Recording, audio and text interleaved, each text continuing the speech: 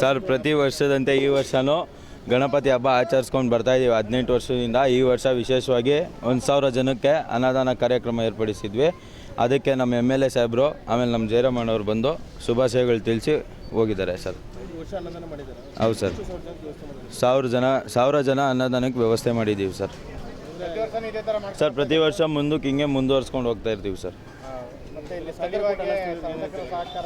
Sir ಆಮೇಲೆ ಇಲ್ಲಿ ನಮ್ಮ ಜನ ಬೆಂಬಲ ಆಮೇಲೆ ನಮ್ಮ ಶಾಸಕರು ಬೆಂಬಲ, ನಮ್ಮ ಮುಖಂಡರು ಬೆಂಬಲ ನಮಗೆ ಇದಾಗಿ ಸಪೋರ್ಟ್ ಇದೆ. ಮಾಡಿದ್ದೀವಿ. ಗೌರಿ ಹಬ್ಬದ ಆರ್ಥಿಕ ಶುಭಾಶಯಗಳು. ಸಮಸ್ತ ನಾಡಿನ ಜನತೆಗೆ ಗೌರಿ ಗಣೇಶ ಹಬ್ಬದ ಶುಭಾಶಯಗಳು. ಎಲ್ರಿಗೂ ಒಳ್ಳೆಯದಾಗಲಿ.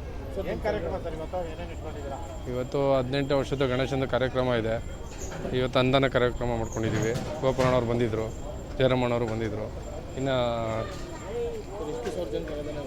1000 ಜನಕ್ಕೆ ಮಾಡಿಸಿದ್ದೀವಿ ಸರ್. ಪ್ರತಿ ವರ್ಷವೂ ಒಂದೊಂದು ಸ್ಟೆಪ್ ಮುಂದೆ ಹೋಗಬೇಕು ಅಂತ ಅಂದ್ಕೊಂಡಿದ್ದೀವಿ.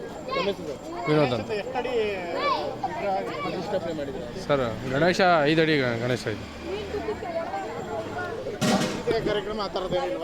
ಸರ್. ಇಲ್ಲ ಸರ್, ಅನುದಾನದ ಕಾರ್ಯಕ್ರಮ ಅಷ್ಟೇ.